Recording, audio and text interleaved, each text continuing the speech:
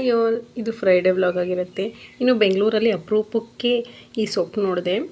ಓನೆ ಸೊಪ್ಪದು ಕೆಳಗಡೆ ಅವ್ರು ಮಾರ್ತಿದ್ರು ಅಂದ್ಬಿಟ್ಟು 2 ಕಟ್ ತೊಗೊಂಬಂದರು ನನ್ನ ಹಸ್ಬೆಂಡು. ಕಟ್ 20 ರೂಪಾಯಿ ಅಂದ್ಬಿಟ್ಟು.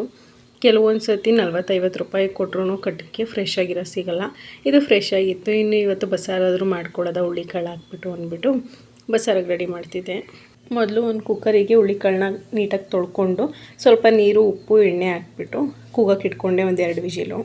ಅದಾದಮೇಲೆ ಸೊಪ್ಪನ್ನ ನೀಟಾಗಿ ಸೋಸ್ಕೊಂಡು ತೊಳೆದೆತ್ತಿಟ್ಕೊಂಡೆ. ನೋಡಿದ್ರೆ ಸೊಪ್ಪು ಸೋಸೋದು ಅಷ್ಟೊಂದು ಕಷ್ಟ ಅಲ್ಲ ಅನಿಸುತ್ತೆ, ಬಟ್ ಸೋಸೋಕೆ ಕುತ್ಕೊಂಡಂಗಂತೂ ಸಾಕಾಗ್ಬಿಡುತ್ತೆ. ಇಷ್ಟು ಸೊಪ್ಪು ಸೋಸೋಷ್ಟರಲ್ಲಿ 1 ಅವರ್ 2 ಅವರ್ ಆಗಿದೆ. ಬರೀ ಬೇರುಗಳೇ ಇತ್ತು.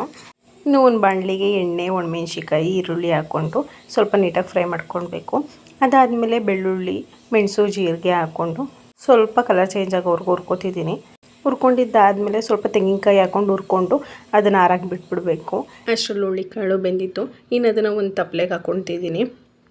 ಸೊಪ್ಪೆಲ್ಲ ಹಾಕಿದ್ರೆ ತುಂಬ ಆಗುತ್ತೆ ಅಂದ್ಬಿಟ್ಟು ಇನ್ನು ತೊಳೆದಿರೋ ಸೊಪ್ಪೆಲ್ಲನೂ ಹಾಕ್ಕೊಂಡು 2 ಟೊಮೊಟೊ ಹಾಕ್ಕೊಂಡು ಬೇಯಿಸ್ಕೊಬೇಕು.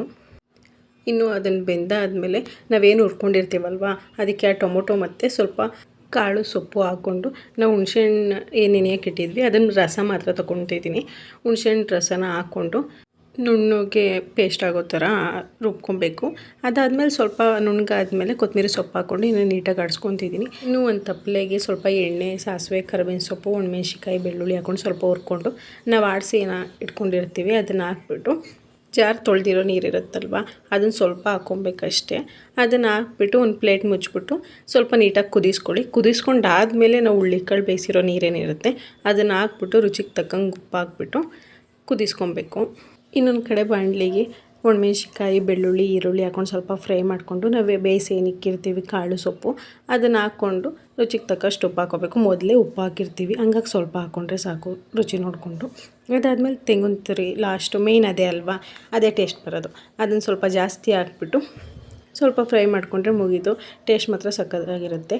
ಇನ್ನು ಅಷ್ಟರಲ್ಲಿ ಸಾರು ಬೆಂದಿತ್ತು. ಲಾಸ್ಟ್ ಕೊತ್ತಂಬರಿ ಸೊಪ್ಪು ಹಾಕ್ಕೊಂಡೆ. ಇನ್ನು ಮನೆಯೆಲ್ಲ ಘಮ ಘಮ ಅಂತಿತ್ತು. ನೀವು ಒಂದು ಸ್ವಲ್ಪ ಮನೇಲಿ ಟ್ರೈ ಮಾಡಿ, ಸಕ್ಕತ್ತಾಗಿರುತ್ತೆ ಮಾತ್ರ.